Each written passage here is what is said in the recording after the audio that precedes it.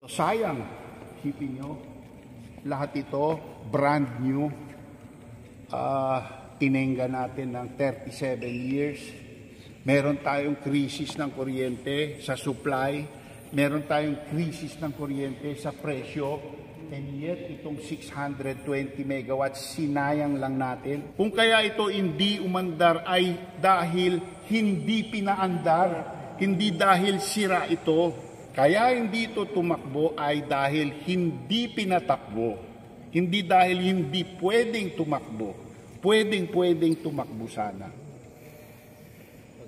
Sayang.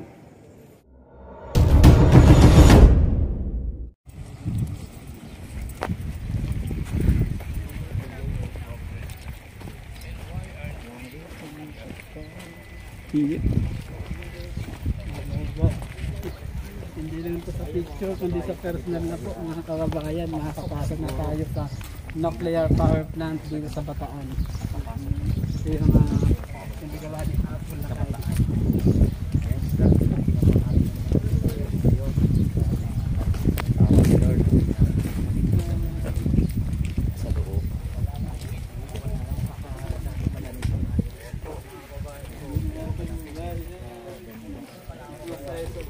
Nuclear power plant ginagawa ng hindi na lang tayo sa picture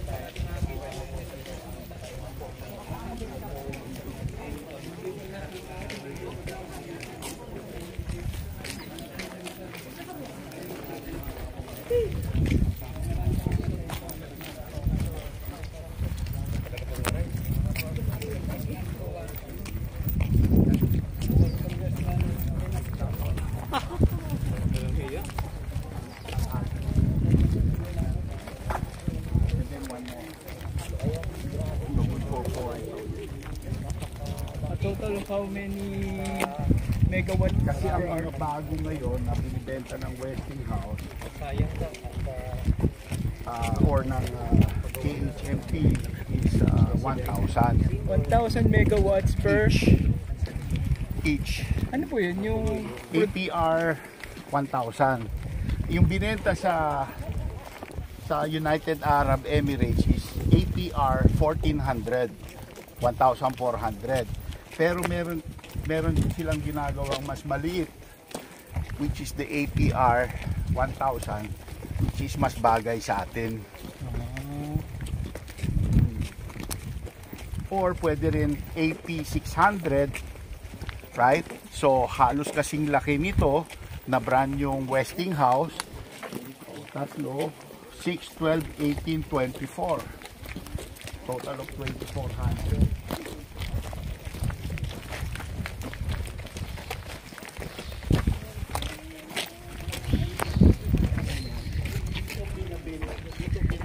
Yung emergency diesel generator, itong dalawa.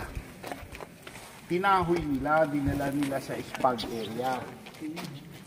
No, anyway, pwede naman bumili ng bago. Ito yung nasa basement doon sa Daiichi, yung nalunod. O, yung kalsadang yan, 19 meters yan above sea level. Right? So kung dyan pa lang, yung tsunami na tumama sa Daiichi, ni hindi mababasa yan. Right? At saka kung pumasok man ng tubig dito, madaling makalabas. Hindi katulad nung nasa swimming pool. Hindi na makalabas yung tubig. So, malaking diferensya. Yung pundasyon ng number 2 nandyan na. Dyan sa kabila ng pader. Right? So, yun ang pinaggastosan na rin nung araw. Pero hindi na yan magagamit. Papatungan na lang yan kung sakali. Yeah. Ang civil works ng isang nuclear plant is 60 to 65% of the total cost of a nuclear plant. Kaya hindi biro yung ginastos dyan sa pundasyon.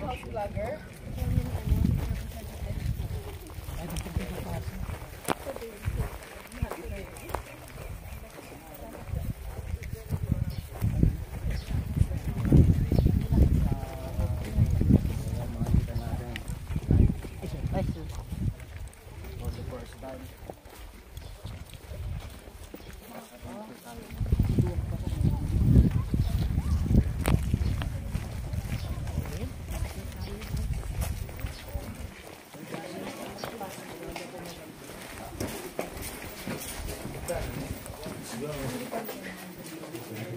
Sa wakas, nakapasok na rin tayo.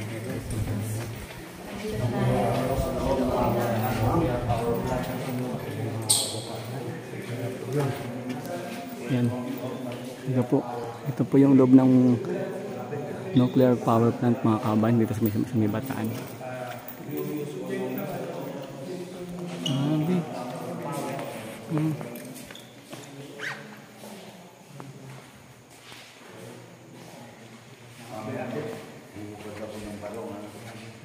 Painit na. So, kahit anong thermal plant ang pinasok nyo, whether it's coal, gas, geothermal, biothermal, ang unang-unang kailangan mong gawin is tanggalin mo yung mineral sa tubig. Alam nyo ba pag nagpapakulo kayo ng tubig sa takuri, iba after a while, may minerals doon sa ilalim ng takuri na parang bato, tumitigas. Pag yun nag-coat doon sa mga tubo ng planta, ng boiler, babara na yung planta. So, kailangan mong tanggalin yun bago mo gamitin yung tubig. So, ang first step ng lahat ng planta is water treatment. Ito yun. Ito, water yan ang control. Ito yung water treatment, no? Deionizer to. Tinatanggal yung calcium, yung silica, lahat ng pwedeng mag-coating doon sa steam generator, tinatanggal dito. So, pure water ang pumapasok sa planta. Yun, pure water na yun, paikot-ikot lang yun. Hindi nakukonsumo yun. So, ang thinking ng iba, nakukonsumo yun. Hindi, paikot-ikot lang yun. Parang distilled water.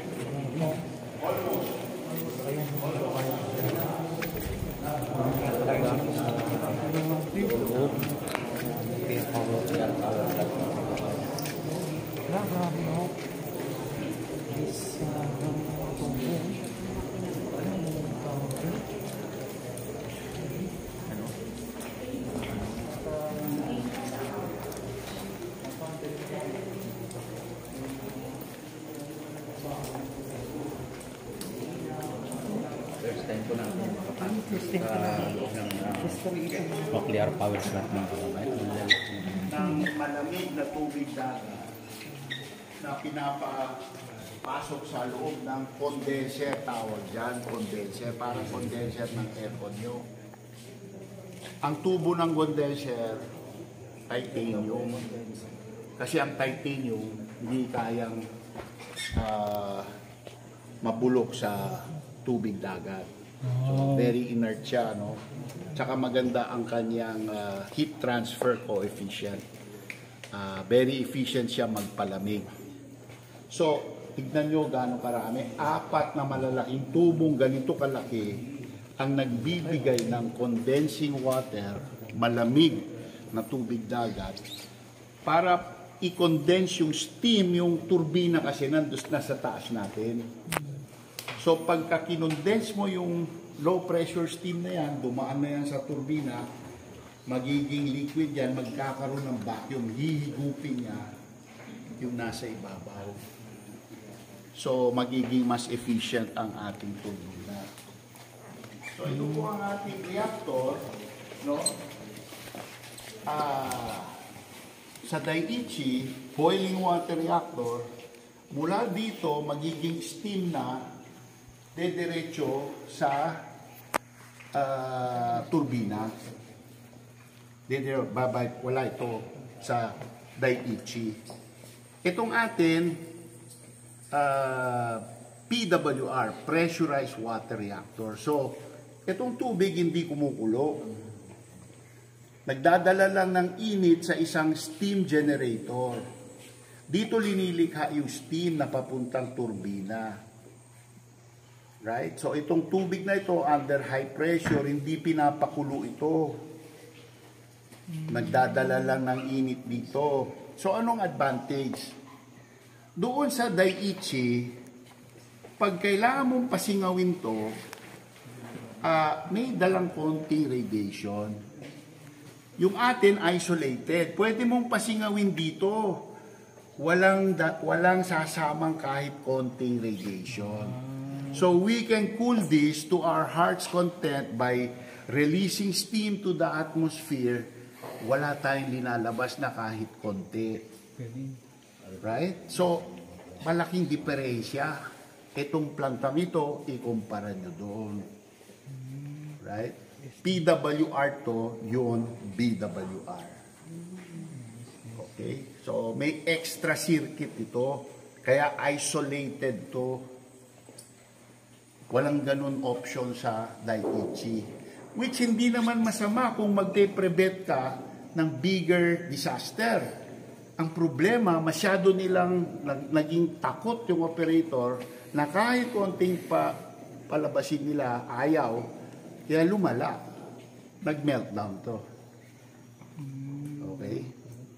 Ngayon, pansinin nyo sana ang quality ng workmanship, ang daan ng tubo, ang daan ng alambre, kasi wala kang makikitang ganito ka ganda ang pagka-disenyo, ang quality ng workmanship, kaysa makikita nyo dito. Lahat may brace, lahat earthquake-proof. Diba?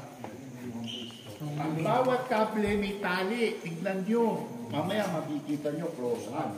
Ha? Saka yung kanyang mga hangak sa mga tibol natin, talagang... Oo, eksakto.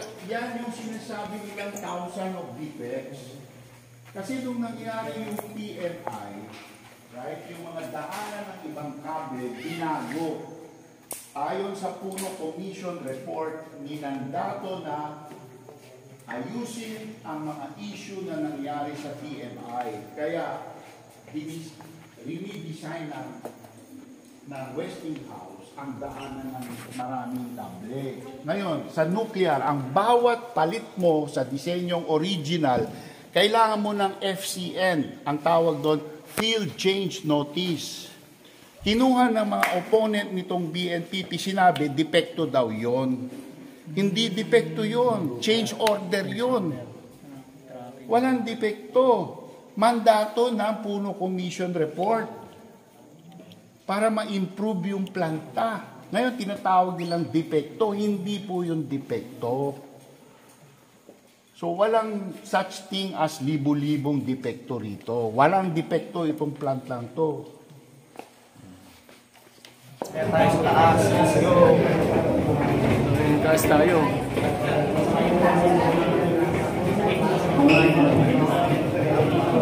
Taas. Pagkatin natin ang pinakataas.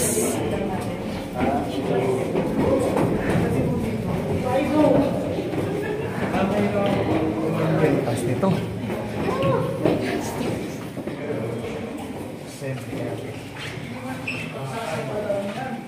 I-check yan isa. Kung kailangan palitan, papalitan lahat yan.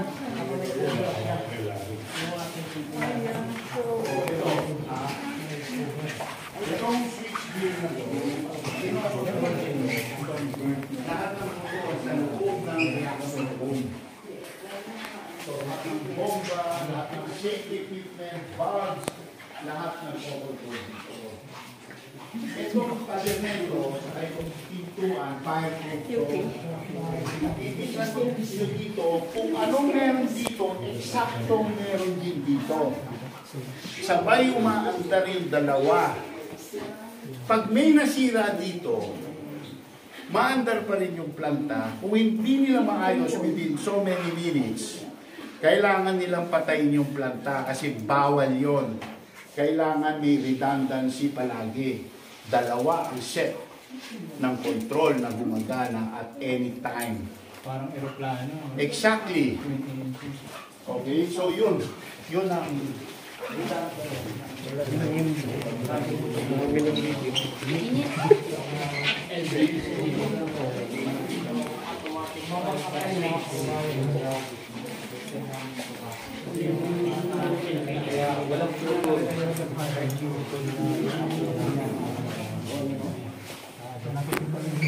Tubo nila, puro ang tubo nila ay hindi stock easy. Easy siya, no?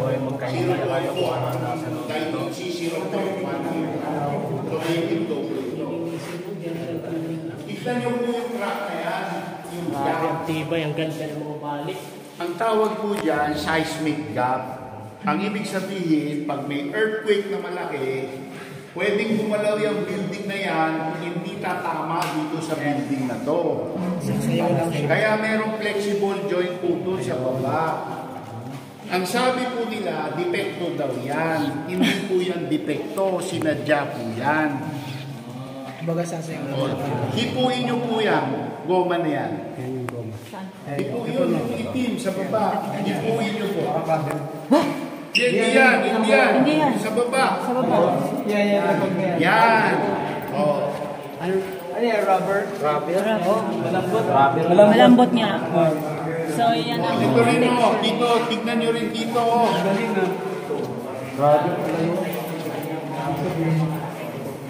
Pwedeng gumalaw ang building. Sasayaw siya. Yes. Hindi siya magbabanggaan. Kasi pag nagbanggaan, magkakrak. So, pwede siyang gumalaw. Eh, sabi nila, depekto raw. Mas marunong pa sila sa engineer. Yung nagdisenyo. Oh. Grabe ito. Yan pala yung pinaka-purpose ng mga yan, mga kabayan. Grabe pala. So kahit pala lumindol, sasayaw lang po ang ating power nuclear plant. Nuclear power plant dito po sa Bataan.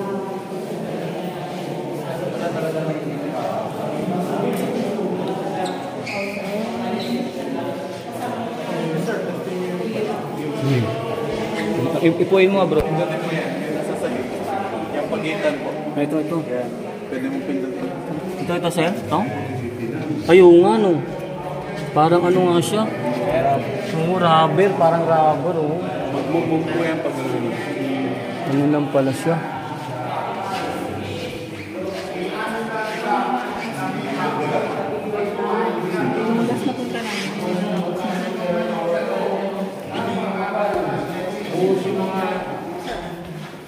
Dingding, mga pader. Yung mga wirings, bakal. Ayan. Yan o. Tingnan nyo, bakal lahat ng mga equipment dito. Siguro ang mas matibay lang dito yung pagmamahal sa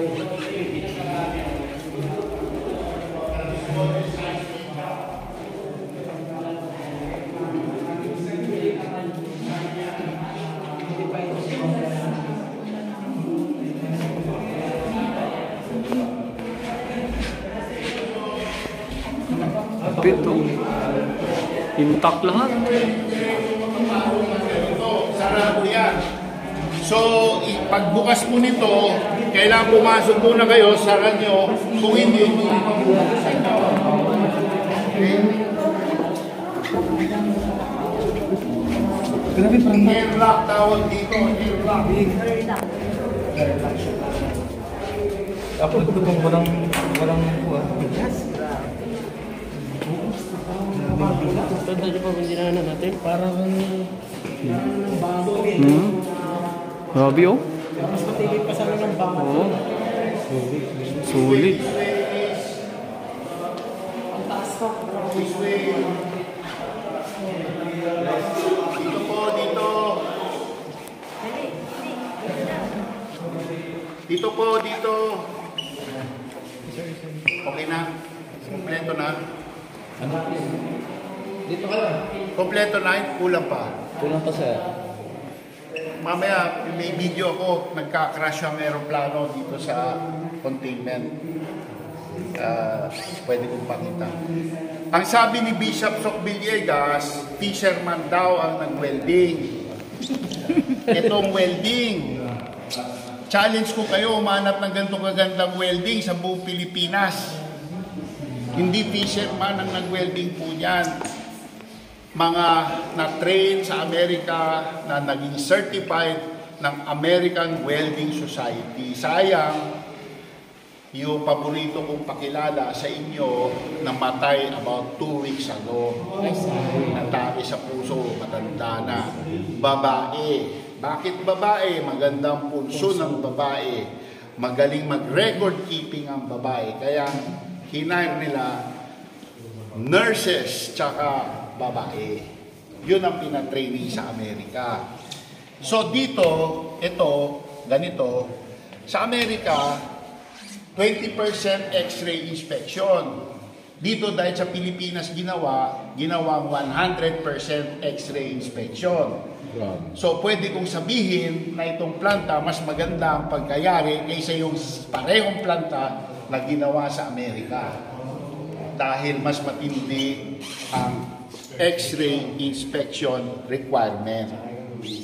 So yun ang mga myth na sinusumbong ko sa inyo. Hindi pala talaga itong ating nakikita mga kabayan, grabe. At yung ating mga naririnig dito, history tungkol sa Bataan Power Nuclear Plant or Nuclear Power Plant. Mas mataas pa. Grabe.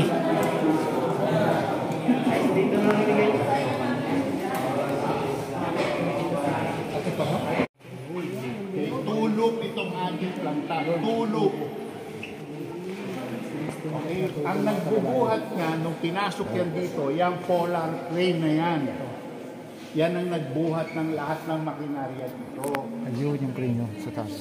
Oo, nasa taas. Ngayon, itong crane na ito, ito yung ginagamit doon sa fuel assembly. Crane yan, tumatakbo yan. Pag gano'n, ito tumatakbo. Renewing crane to. Ngayon, para ma-shield ang tao dito, na hindi mamatay sa radiation o masaktan, ang shield po nito is tubig. So pagka rini-refuel po ito, puno po ng tubig itong pool nito.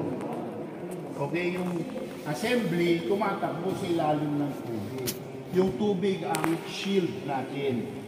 2 metro ng tubig, wala nang makakalusot ng kahit anong radiation doon. Okay? Ganun lang ang tubig, safe na tayo. So, pag na-refuel na yan, naisara na yung takip ng reactor, i-drain tong tubig na to. Kasi iinit yon. Ngayon, yung fuel na luma, yung tinatawag na nuclear waste, o yung bagong fuel papasok, may butas doon maliit. Nakita nyo? Yun, may... Pinapahiga yung fuel assembly, linulusot dyan sa ilalim. Ang likod nito, spent fuel pool. Pupunta tayo dyan pagkatapos dito para nakita nyo kung saan tinatago lahat ng nuclear waste. Doon sa kabila. So pagka sinara po yan, isolated na itong buong loob ng reactor sa outside world. Wala nang connection. Right? Binubuksan lang yan once every 1.5 years for refueling. That's it. Okay?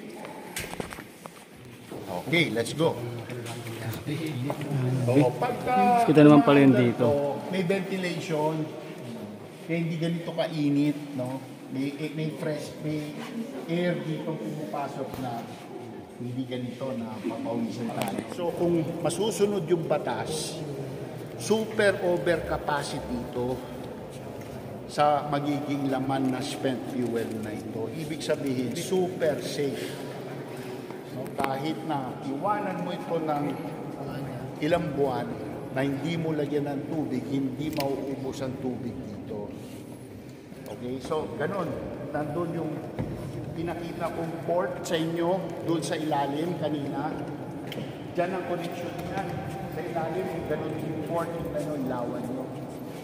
So, pinapahiga yung fuel, diyan lataan. Yung spare fuel, sa nagkakaroon, in and out, sa nagkakaroon, dyan dumadaan. So ang paglagay ng fuel na gamit sa dry cask is underwater para yun ang radiation shield. So walang exposed. Yung tubig ang shield. Only 2 meters of water can shield you from any radiation from the fuel. Okay? Panda rin papunta ron. Ito crane, ito rin nagbubuhat ng fuel. Ito rin. Kung paano doon sa loob, ganun din to. Sa ilalim ng tubig dumadaan. Grabe.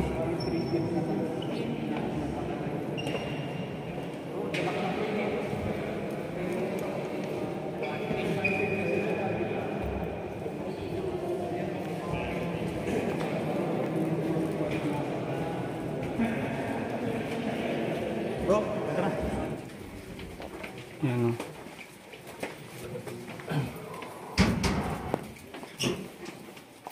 So, nandito tayo sa control room.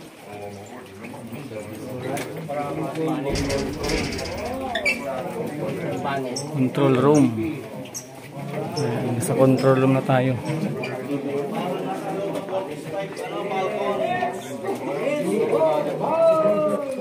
Wow. Ito po ang control room mga kababayan sa may loob mismo ng nuclear power plant. So ito po yung labas, makikita po ninyo. Ayan. Grabe po ang loob nito ng ating first time mapasok at talagang dream comes true, no? Mga kababayan ko. Wow. Ito matindi. Ito po. Tingnan nyo mga kababayan, no? Kita nyo yan? Okay, so lahat ng init na linilikha doon sa reactor nuclear island sa loob ng containment, doon sa dalawang steam generator, yung steam na galing doon, dito ang unang punta. Ito yung high pressure site ng turbina. So after dito, dadaan sa intermediate and low pressure side ng turbina. And then, naalala nyo yung una natin pinasukan, yung condenser. Yun ang nasa baba. Sa baba nito. So after ibigay ng steam yung kanyang energy doon sa pag-ikot ng turbina, doon na siya pupunta sa condenser para maging tubig ulit, palamigin siya, maging tubig ulit, masipsip niya yung ibang tumutulak dito sa taas. So yun, pag umikot po ito, yung dulong-dulo, yun yung generator.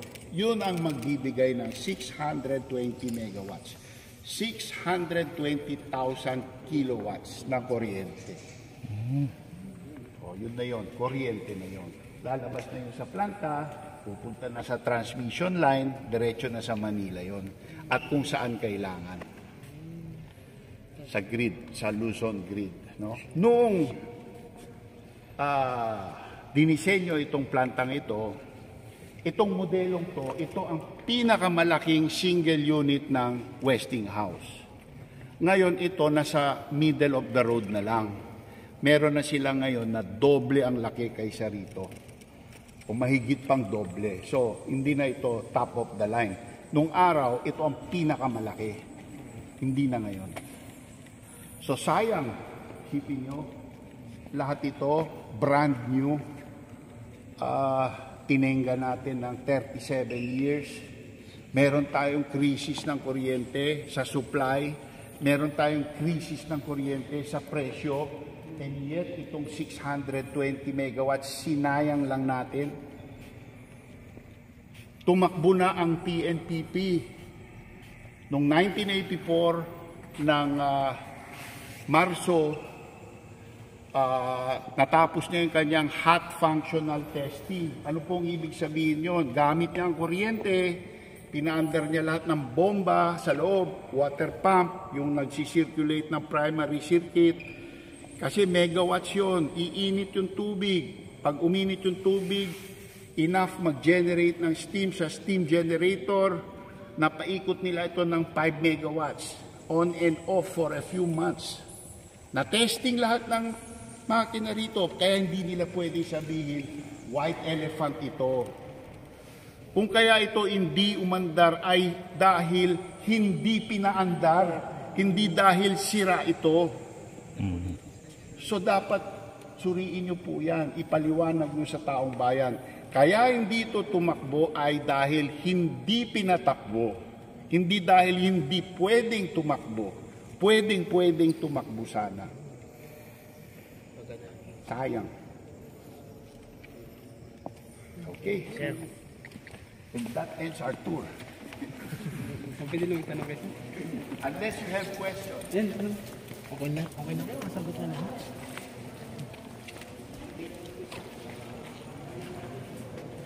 So yan po mga kababayan, no, yung naging tour natin dito or pagpunta sa Bataan Nuclear Power Plant. Na kung inyo po makikita, talaga namang pag kayo ay nandito mismo sa may loob ay mamamangha po kayo ng sobra mga kababayan. At kung inyo po narinig, no, ang mga sinabi ni Sir, talagang sobrang malaking panghihinayang po mga kababayan. Grabe pala. At talagang mapapansin nyo po, no, kahit 37 years po na nakatenga, kita po natin kung gaano ka-intact ito mga kababayan, no? Grabe. Ganyan ka lupit.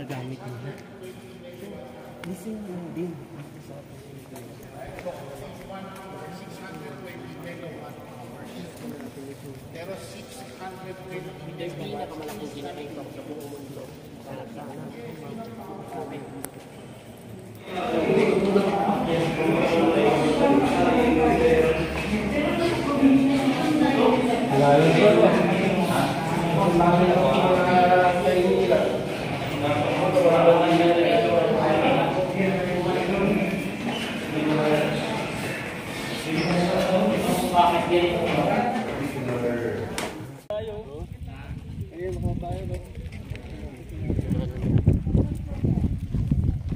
So ayan po mga kababayan, kami po ay tapos nang mag-tour dito po sa Bataan Nuclear Power Plant.